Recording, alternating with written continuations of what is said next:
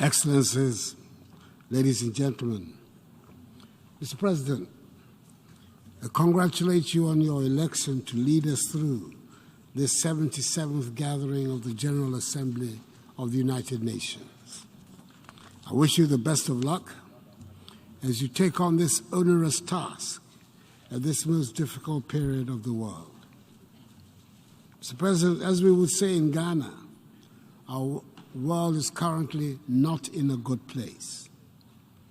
The World Bank observed last Thursday that the global economy was enduring its steepest slowdown since 1970. 2 years ago, our world came to a thundering halt as we cowered from a health pandemic, from an unknown malicious virus, coupled with a devastating global economic pandemic. High budget deficits were no longer concerns of only developing nations.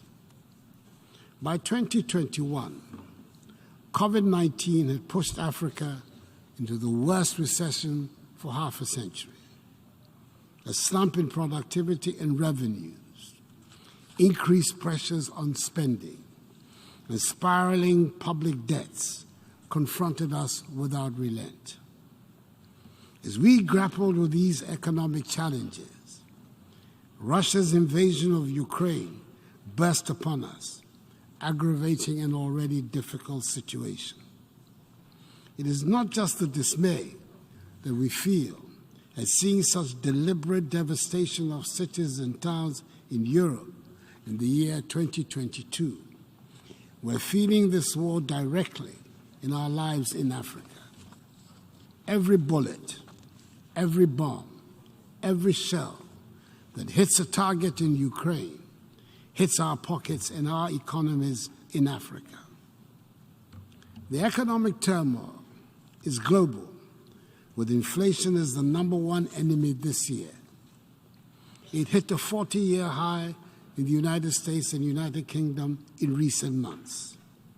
There's record inflation in the Eurozone. Several African countries have inflation rates surging 3 to 4 times higher than what they were just 2 years ago. In Ghana, we're experiencing the highest inflation for 21 years. The high costs of food are hurting the poor, especially the urban poor, the most. Moreover, the spillover from central banks raising interest rates to combat inflation has been severe beyond borders, as global investors pull money out of developing economies to invest in bonds in the developed world. This has led to depreciating currencies and increased borrowing costs, meaning we need to raise and spend more of our own currencies to service our foreign debts in US dollars. It has become clear, if ever there was any doubt, that the international financial structure is skewed significantly against developing and emerging economies like Ghana. The avenues that are open to powerful nations to enable them take measures that would ease pressures on their economies are closed to small nations. To make matters worse, credit rating agencies have been quick to downgrade economies in Africa, making it harder to service our debts. The tag of Africa as an investment risk is little more than, in substance, a self-fulfilling prophecy created by the prejudice of the international money market, which denies us access to cheaper borrowing, pushing us deeper into debts. The financial markets have been set up and operate on rules designed for the benefit of rich and powerful nations.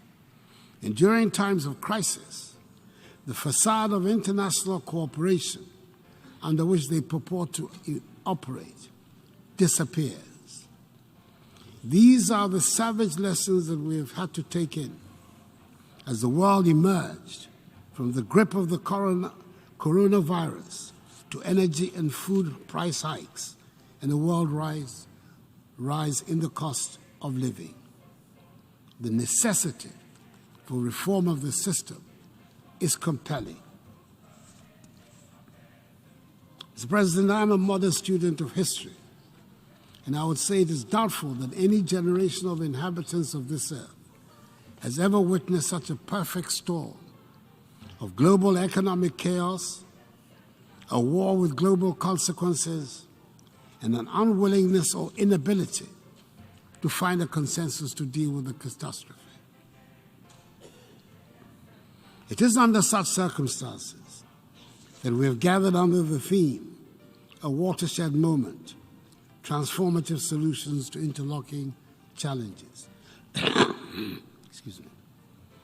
The problems we face are indeed many and vary in level of importance depending on where you are in the global order of things. Just last year, the focus was on energy transition. This year, it is about energy security, as Europe goes back to burning coal to replace Russian gas. Nevertheless, we do not have the luxury of being able to pick and choose which problem to solve. None of them can wait. The economic turbulence requires urgent and immediate solution. The turmoil and insecurity in many parts of the world require urgent attention. And so does the need to tackle the problems posed by climate change. A watershed moment indeed it is.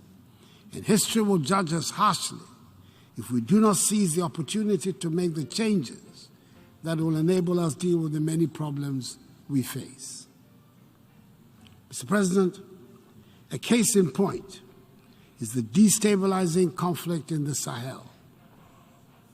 It might look to many today as a local conflict which affects only the countries in that region.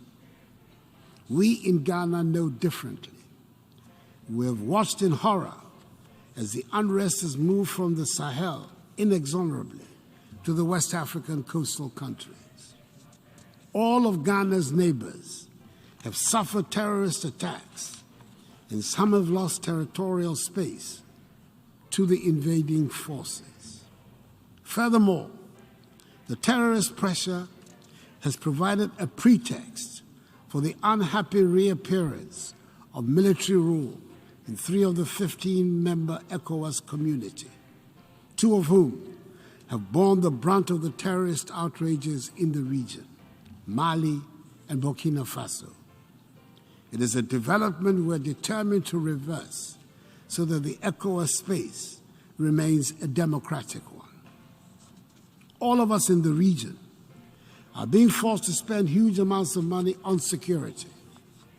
This is money we should be spending on educating and giving skills to our young people, on building much-needed roads, bridges, hospitals, and other such infrastructure, which we are spending to fight terrorists or to keep them out from destabilizing our countries. This is a global problem, deserving the attention of the world community for a global solution. Mr. President, I'm contributing to this debate on a date that has special significance for us in Ghana. 21st September is the date we mark the birth of our first president, Dr. Kwame Nkrumah. He would have been 113 years old today, and it is worth recalling on this day the driving force of his political career, which was to contribute to the birth of a united Africa, that is, the United States of Africa. We recognize today more than ever before the importance of the strength and unity of Africa, and we are working to shed that image of a helpless, hapless continent. There is a renewed commitment towards an inclusive and sustainable industrialization and economic integration. And the intensity of the challenges we face today is only matched like never before by the immensity of the opportunity before us. We, the current leaders of Africa, should be determined not to waste the crisis that confronts us. Incidentally, 2022 is billed as Africa's year to take action on food and nutrition development goals. We see the current geopolitical crisis as an opportunity to rely less on food imports from outside the continent and use better our 60% share of global shelf arable lands to increase food productions. We have seen the devastating impact of relying on Russia and Ukraine for 70% of our wheat consumption. We have enough land, enough water, enough gas, and enough manpower to produce enough fertilizer, food, and energy for ourselves and for others. But we also recognize that we cannot do it all by ourselves. Our message to the global investor community is therefore this: Africa is ready for business. Africa needs you, and you need Africa. You need Africa because Africa is busily building the world's largest single market of 1.3 billion people. Soon we will have a customs union, and soon we will have a continental payment system that will accelerate and facilitate trade amongst ourselves. Already, goods and services are flowing more freely across our artificial borders. See Africa for what it is: the new frontier for manufacturing, for technology, for food production. That is why 6 years ago, I launched in Ghana the successful policy of one district, one factory, a policy with government incentives that has directly seen so far some 125 factories being set up in various districts across the country, leveraging on each area's competitive advantage. That is why 6 years ago, my government embarked on an aggressive policy of planting for food and jobs, which has helped our farmers increase their yields in folds. Indeed, we're recognizing that many of the things we import can be found or produced in Ghana or in other African countries. The African Continental Free Trade Area, whose secretariat is located in Accra, Ghana's capital, is driving intra-African trade and creating an unparalleled momentum for our continent's economic diversity and transformation. We know that industrialization is the way to go, and with the single market as the added incentive, we've taken policy measures in Ghana to add value to our natural resources. For example, we're processing more of our cocoa, refining more of our gold, and we're determined to exploit the entire value chain of our huge lithium deposits. We're busily building an integrated bauxite and aluminum industry and an integrated iron and steel industry, building new oil refineries, and have so far attracted 6 of the world's biggest automobile manufacturers to have set up assembling plants in Ghana prior to producing them in the country. In line with the African Union's Agenda 2063 and the United Nations Sustainable Development Goals, Africa's ambition is to transform our food systems over the next decade, anchored in the Comprehensive Africa Agricultural Development Program and the Malabo Declaration on Accelerated Agricultural Growth.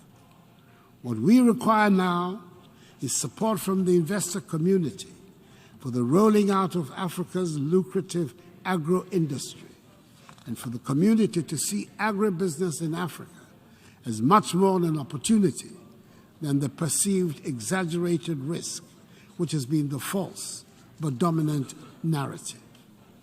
In conclusion, Mr. President, on 25th July 2016, this Assembly adopted Resolution A/RES/70/293, proclaiming 2016-2025 as the third industrial development decade for Africa, with UNIDO tasked to lead it in collaboration with a range of partners.